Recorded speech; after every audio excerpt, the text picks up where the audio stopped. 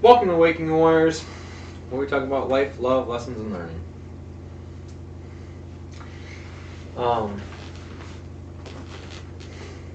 So this week, we had a pretty productive week as far as our work or production, you should say. But yesterday, this past 2 days, I guess, Friday, Saturday, we had the opportunity to listen to Lions Den Live, and that's like a coaching group seminar. And normally people attend it, fit in the physical realm, but we attended it in the spiritual realm. So like this event was held live, but NFT holders had the opportunity to stream it. Yeah. So while we were working, we had it streaming. A lot of other people did too. It was like $120 for them though. It was just free for us because I'm an NFT holder. But we went 2 years ago. It was really good. And but when you go to these things, it's like an investment because it's like $800 for the ticket, and then $1,200 or more for flights, and then you got a hotel room which is going to be a few $100, and then you got food and potentially Ubers or a rental car, and so by the time you get into one of these, it's a lot of time and money, and right now I just don't have the time. I didn't have the time to put into it this year, and so thankfully we got the opportunity to listen to it. So and it was really easy, like yesterday or Saturday I should say, because we just would throw on our headphones and we would listen to it, and while we worked we'd get a lot of value and compounding our time. So we might not be focused on it the whole time and getting 100% what we could, but at least we're getting something. Because I heard a couple of new speakers, the two Asians dudes, and then Jordan Peterson was good, and then of course Sean. But anyways, what was that dude's name? I don't remember. His Call of Duty downloadable character guy is Ronan. Ronan? Okay. So they made a Call of Duty avatar basically after him, because he's such a fucking insane killer. Yeah, so he's like a real life samurai, isn't he? Like ninja kinda. Yeah. He does that side of it, but then he also has a very long career in the military and is killing people. Yeah. So just to go over his background to some degree, because we're all fucking cry asses about our trauma at the end of the day. Like, ooh, my daddy didn't love me, or my mama beat me, or, blah, blah, blah, blah, blah. This person touched me, or that person, was mentally abusive, and, fucking cry about it, essentially. Because we all have problems. Every single one of us, some worse than others, but there will be always someone that has had it worse than you, So for me, I'm just like, whatever, it is what it is. That's my trauma. We all have it. So this is just the particular trauma that I have. But his trauma was much more excessive. He tried to leave somewhere, and Vietnam, Mm-hmm. yeah, during the war. And so he was like a child, and his family was fleeing. Yeah, as a refugee, and they got to Europe or somewhere eventually, and on a boat. And they said, well, basically, we're not accepting anybody. So they, drug them out there in the middle of the ocean or some shit. Shot their motor. And left them to die. Yeah. And that was after, 30 days already on the sea. Of, trying to get somewhere and trying to evade pirates and trying to stay away from, all the stuff that was happening, even on the sea. And they get there, and they're basically told, we're not taking you guys. Yeah. So, literally drugged them back out to, the sea, and then shot their motor and was like, okay, bye. And then ultimately at the very, very end of their journey of the sea, because they sat out there for even longer then, just basically waiting to die, this Russian boat just happened to be coming by, and they thankfully rescued him, essentially. Oh yeah, he said that there was typhoon winds or whatever, there was kind of a storm going on, and that's what brought them on to that this course. The Russian boat's course. Yeah, I mean, just thinking about that, man, it's fucking crazy, because I know she's a big ass bitch. Something else he mentioned, which is just, again, it's perspective, and like I've never had anything close to any of this, so it's just kind of like cool and interesting to hear his story. But he talked about when the Vietnamese families left, parents would have poison on them, so that if it got to that point, like they would just kill their kids because they didn't want them to like suffer or whatever. So like that was just something that they had. If it like got to that point, they would poison their kids so they would die and have like a short, quick death rather than like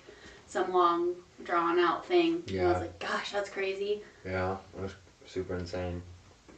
So then eventually, I forgot how, but they made it to America, and then essentially there were camps too. He talked about camps where essentially concentration camps almost at one point, but I can't remember where that laid into. Yeah, he mentioned that. I don't think he experienced it. That's just one of the things that could have happened to him. That I think he said like his uncle did. Yeah. Because if they like caught you trying to flee or whatever, they would take you to re-education camps is what he said they called them. But he was like they were torture like work camps.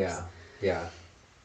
But anyways, they made it to America, and then of course we got the Vietnam War going on. So then you've got the whole country essentially programmed to think like it's the same concept as like today when we look at like Middle Easterners, and you're like, oh, there's a Unabomber, or like those things. I don't give a they always pop into my head. I don't hold an attachment to it. Like I don't hold like a racist attachment, but because of the media, because I watch a Family Guy episode, or I watched this or that or whatever else. It's their agenda. They pushed it. The news. When it's like this time frame, because like when we were in 8 years old, 3rd grade, what happened? 9/11. Yeah. So like that's what. Yeah, that's so we were programmed to believe that the Middle Easterners, Muslims, whatever, are bad and whatever else. So there's a division there. So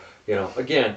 That's kind of like, when I see them, that's what pops in my head. So, of course, back then, that's what their enemy was, to unite the country. Like, we need to pull together and kill Vietnam. Well, we all know this, and that's what he said, too. Like, it was a very unpopular war, and so whenever anybody looked at us, they immediately saw the face of, like, the war, which people didn't like. So then, I think he was...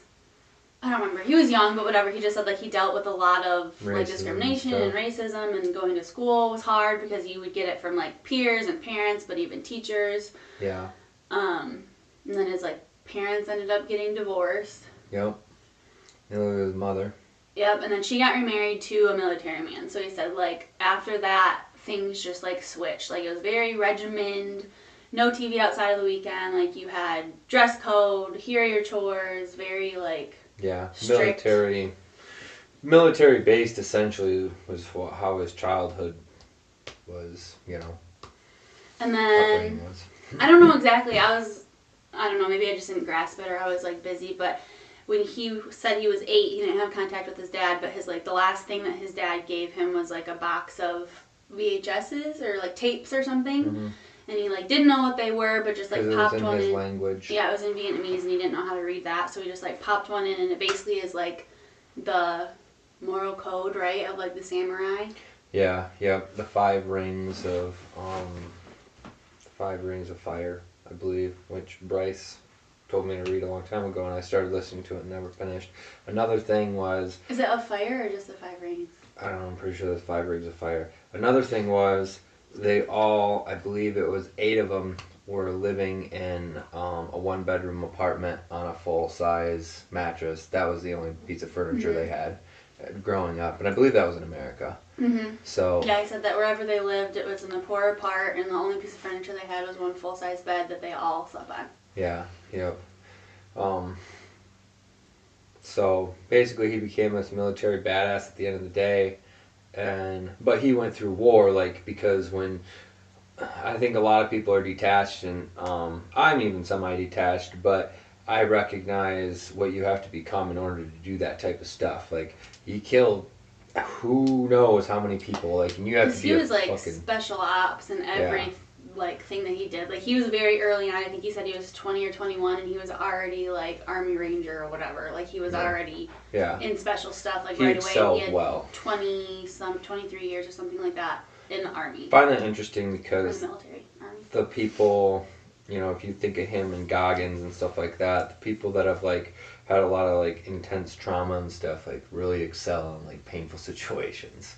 Yeah. So he like talked about like he would be like the person taking pictures of the bad guy from like 2,000 meters away and sending it to these people to kill, and he was like close. What do they call it? Close encounter combat. Like you're just staking out this house and you're ready to go in, and he's like, I recognize that when you're that close like that, like somebody's gonna die. Like one of you are going to die. He saw a lot of people. He saw a lot of his friends die. He said because of one particular firefight and stuff. I mean, you just got to become a very hardened individual in order to deal with that type of stuff. Like you have to have your threshold for pain and your threshold for like mental toughness has to be extremely high.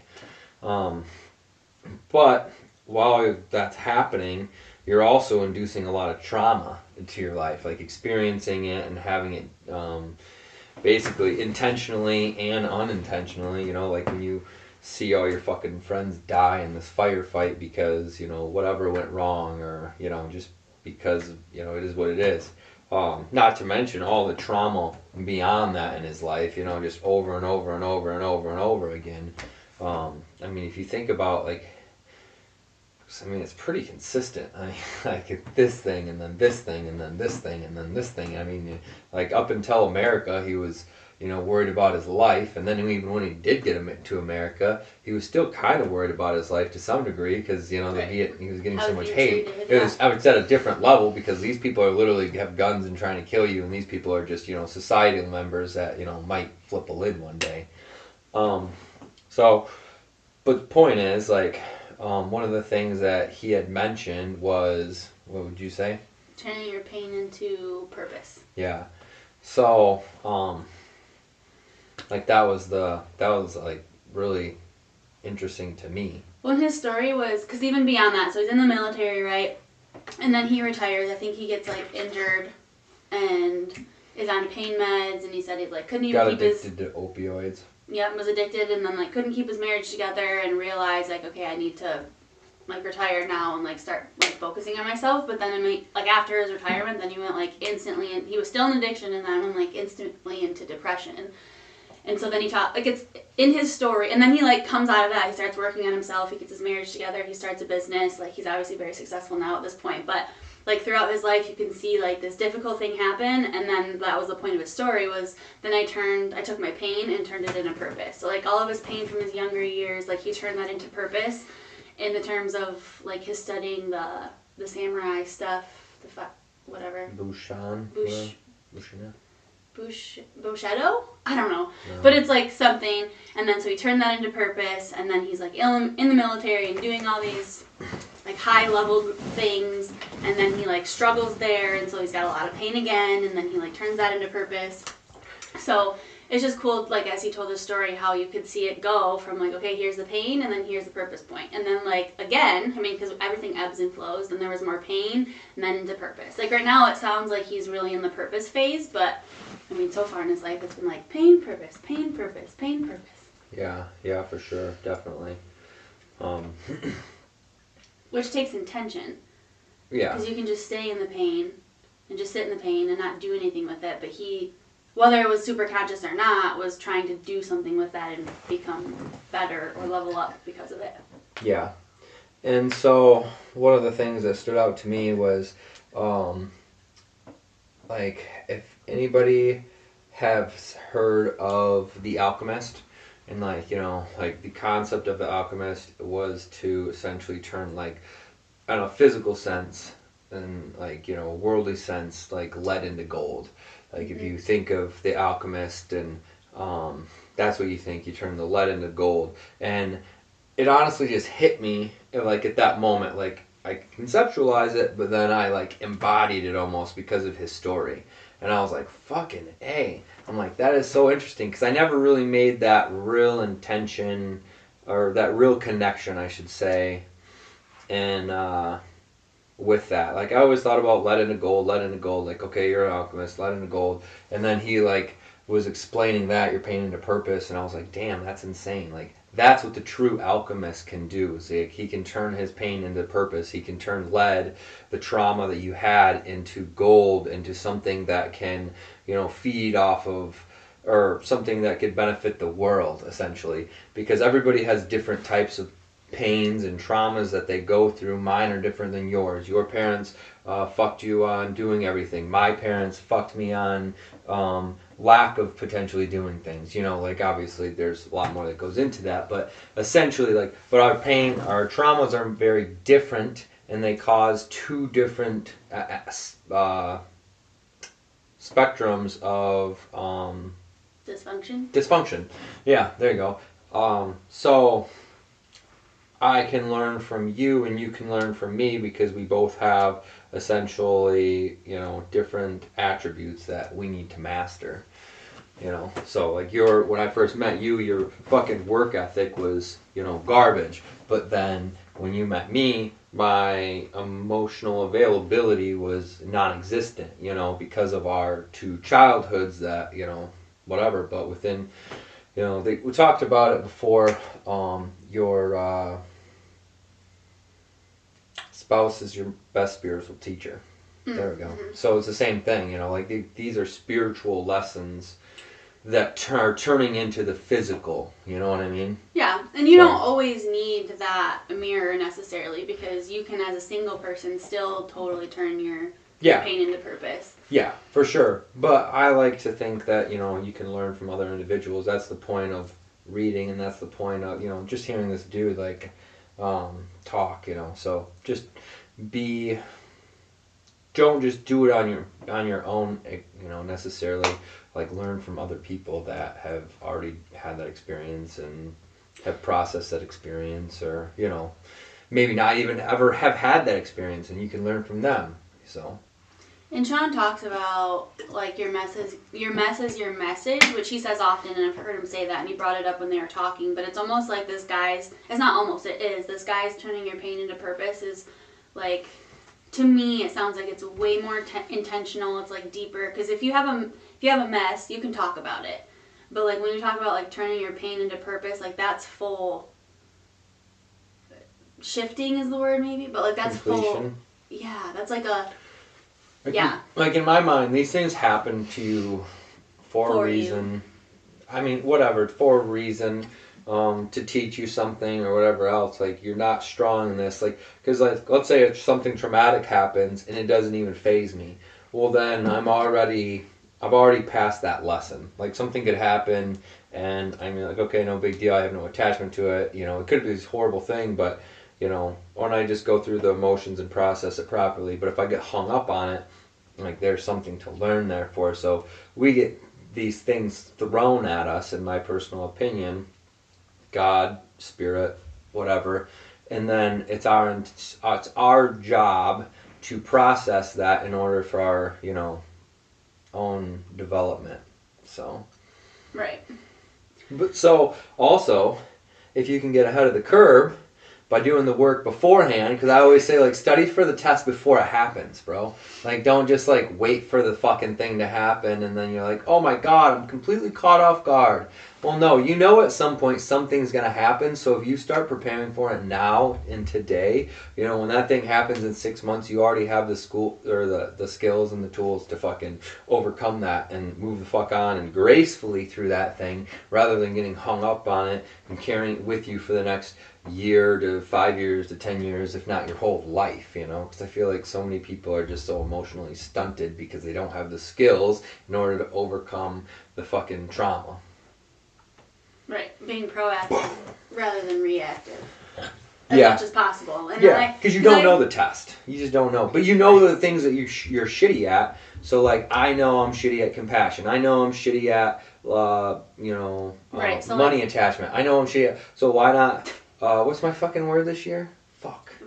Vulnerability. Is it? Yeah. Okay. So I know I'm shitty at vulnerability. Why not start giving myself the tools, reading the books, listening to the videos, start practicing vulnerability before I have to. Those lessons, if you know that you struggle in those areas already, those lessons are going to be harder. Yeah, exactly. Well, yeah, what are you going to study on? You have to study things you don't know. Like, so then, like, if you keep just studying the things that you're already good at, well, fuck, you know, you're already good at it. Like, sure, it's good to sharpen that knife a little bit better, but do that on the side. And that's not to say that, like, when those lessons come or when those curveballs come, that just because you've been working on your skills means that you'll absolutely, totally, like, move through that with all the ease. Like, no, things are still hard, but they're harder when you aren't prepared. Yeah. And again, you can never be fully prepared for whatever life has. Like, that's why they're called curveballs. Like, you didn't see it coming, you don't know what's coming, like, and then all of a sudden, wham, here it is. But if you have no skills and have not been working on yourself and haven't been proactive at all, you're going to struggle in that so much more than if you, like, work on your blind spots or your... It's just like anything. It's just like building a business. You know, do the fucking work, and then your business will be successful. And, you know, there's obviously things that could come out of nowhere and sideline you, but... like, if you're putting in the work for it, then most likely you'll be fine. So, but yeah, that was a big thing. There's a book called The Alchemist, and it's just a really interesting book. It's probably closer to one of the first books that I read. It's a novel. It's considered a novel, right? Mm-hmm. It's essentially a short story. I mean, it's not huge or anything. It's like it's a thin paperback book, and you can bust through it pretty quick. Because it's just so, I don't know, tension gripping or whatever. Yeah. Tension holding. And he talks about his life, and he just talks about his life, and I bet if I read it now, because I haven't read it since then, but it was good then. So maybe I've read it twice. I might have read it. It doesn't matter. I read it once or twice in the past 10 years. So I could definitely read again. But he just talks about different things in his life and how these things lead to different things, and, you know, at the end, just, there's treasure and everything else, so it's all good.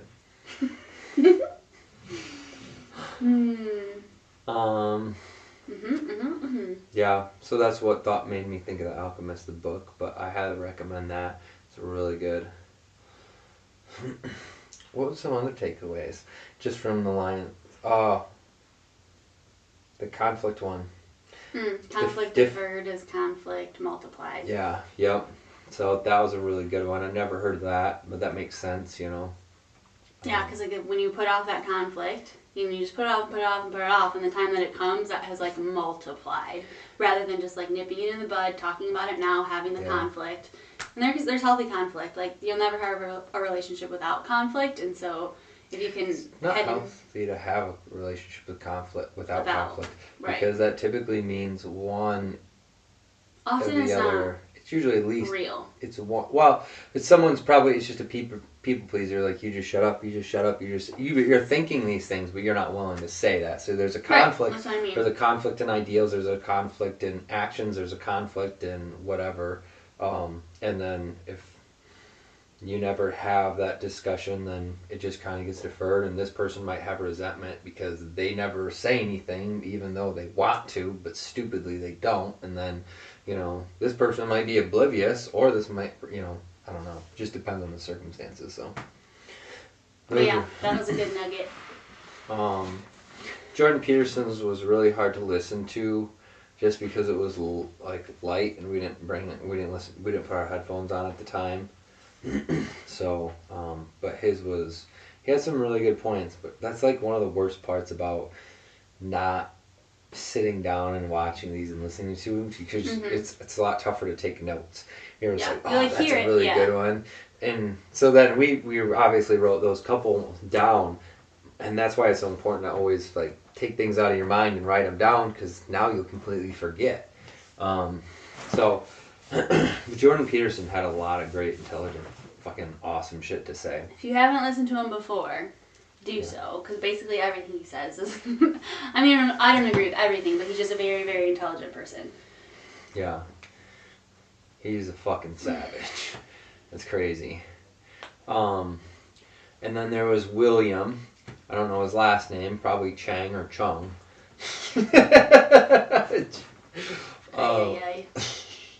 And then, yeah, his was, I was like kind of not super into it, but then, I don't know, his was very like brain focused, like this is how your brain operates and your operating system, and which is good info. I just was kind of like, he got really good towards the end of his speech. So yeah, it was just about basically like, oh, it was talked about like male and female and the reason why they, I forgot because I don't know computers extremely well, but basically the operating system and then the app, you know, you can't change your operating system or whatever. You can change your operating system, but you can't change something because at one point he compared an individual wanting a sex change to that. Like you can't change the software or whatever, but you can change the apps. You can change. I forgot how they fucking described it because I'm not techie, so. Yeah, well, and that's I think maybe why I wasn't super into it, but it makes sense because we talk about your operating system and your subconscious. Because he was talking about DOS and something else. Remember? Mm-hmm. But anyways. He sounds like, because he works with people on like how to like shift their brain and stuff like that. Because he's working with Sean, and it sounds things like he gives to do before bed and while he's sleeping. He said he like has him listening to stuff and. Oh yeah. He's very expensive. Yeah. So I was like, oh my gosh. Yeah, so you should have been listening. I know. I was trying. I was listening to them really good, but obviously when things would probably come back to doing things throughout the thing. So. Throughout the day, life, weekend, week.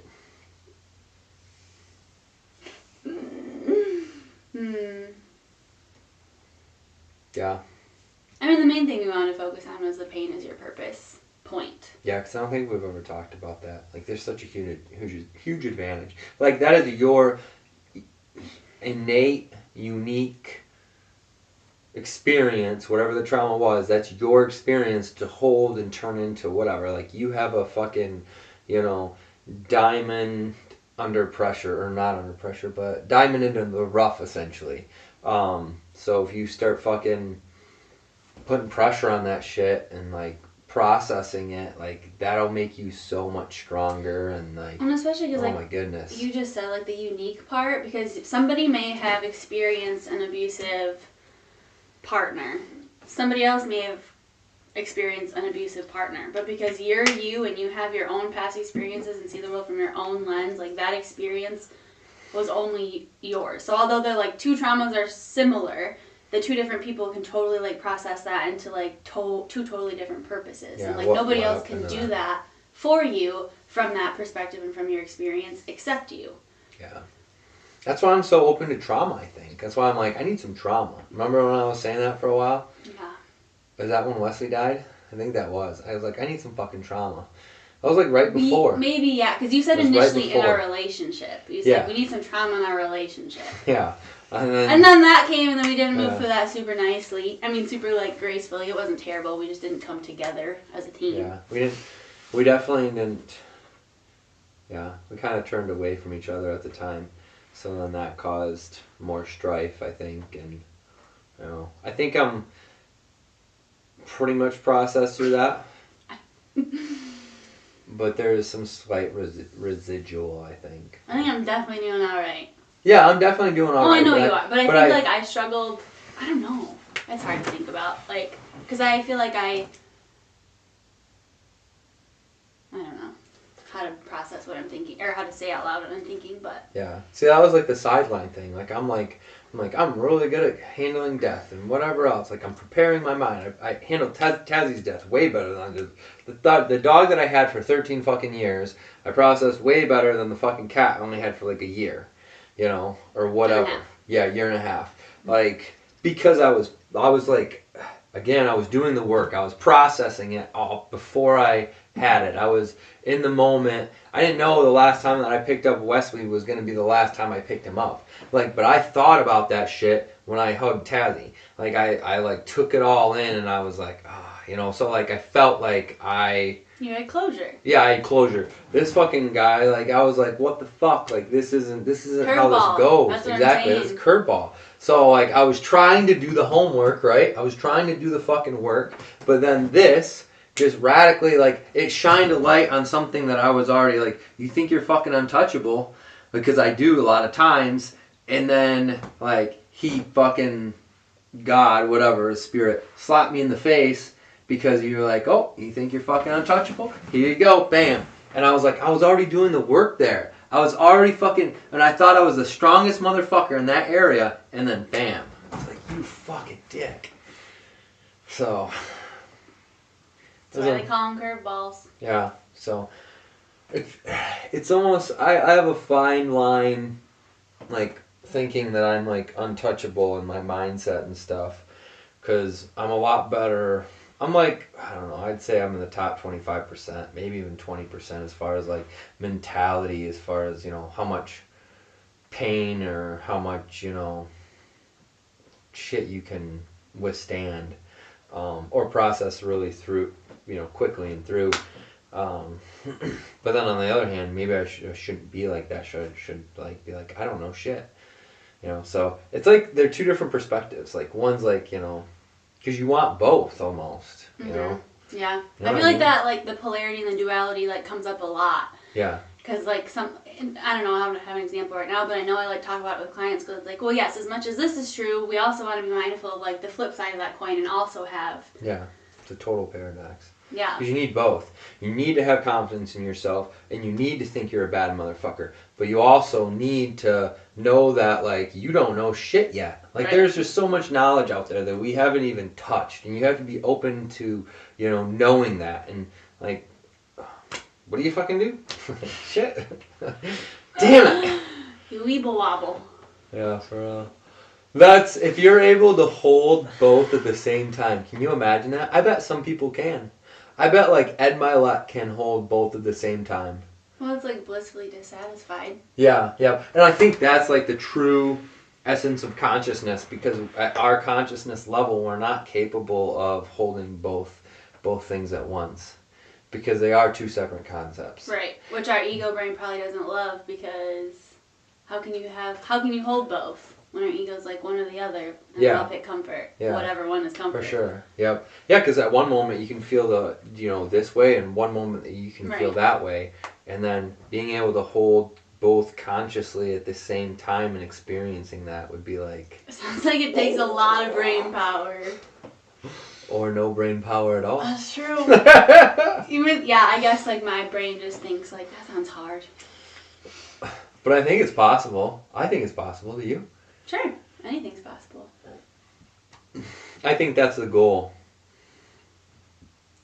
I don't know if that's a goal necessarily. There's no end goal. I think that's a level. Yeah, but like... A life of evolution and growth. Yeah, I think that's part of the journey. I should say that.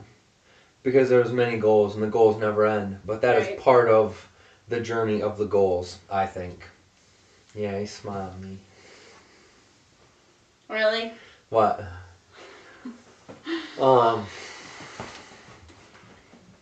Yeah, the journey never ends, so take what you can get, and I don't know. Says the man who's always like, once we get here, then I'll feel this way. Once we get this done, then I'll be happy. We're so close to closing on the motel, and we're so close to having bullseyes and birds. Like, the majority of the heavy work is done. Like, now it's just wrapping shit up. I gotta build the targets in 6 bays, and like outside of that, the fucking other people are gonna do the golf sims and build that shit. And then I just gotta put together a few things. So like, I know, but I'm in a good space right now. I'm in a really good space. We're like very close. We're like 2 weeks away from this one thing and like 5 from the other. And honestly, I think I can get the other one done before 5 weeks, outside of maybe, you know, getting these chairs and stuff like that, and, you know, everything else. But I think I can be completely done in about 3 weeks. I think. Anyway. Or less. The point is, it's all a journey. Yeah. Until the day that we die. Yeah, for sure. So just enjoy the journey. Bring yourself to the present moment. Yeah, dude. But for real. It's like cheesy cliche, but for real. Yeah. And it's easy for me to say, and, you know, you can conceptualize that, you know, that concept, but, like, stop for a moment and, like, really bring yourself back to the present moment. Like, sit down, close your eyes, and, like, and bring your breath in and out and all that bull gay shit. But it works. It fucking works. It's effective. And there you have it. Life lessons. Mm-hmm. Okay, let's wrap this bitch up. Okay. Follow us on Instagram, like us on Facebook, subscribe on YouTube. I haven't said this in a while, but one day I'll post more things than just new episode. You posted something the other day. On accident. I did though. You're welcome. Accident? You never told me that. That's what I said something about... I don't know. Did you like what I posted on the Waking Warriors? I thought you were just like being productive and... No! It was on accident. I meant to do that on my work Facebook page and didn't even know that it was on that one until my mom shared it. And I was like, oh, what'd you share? What? And I was like, oh, I'm like logged into the wrong Facebook. Oh, funny. Yeah. Alright, cool. Okay, thanks for being here. I'll see you guys next week. Maybe. Bye.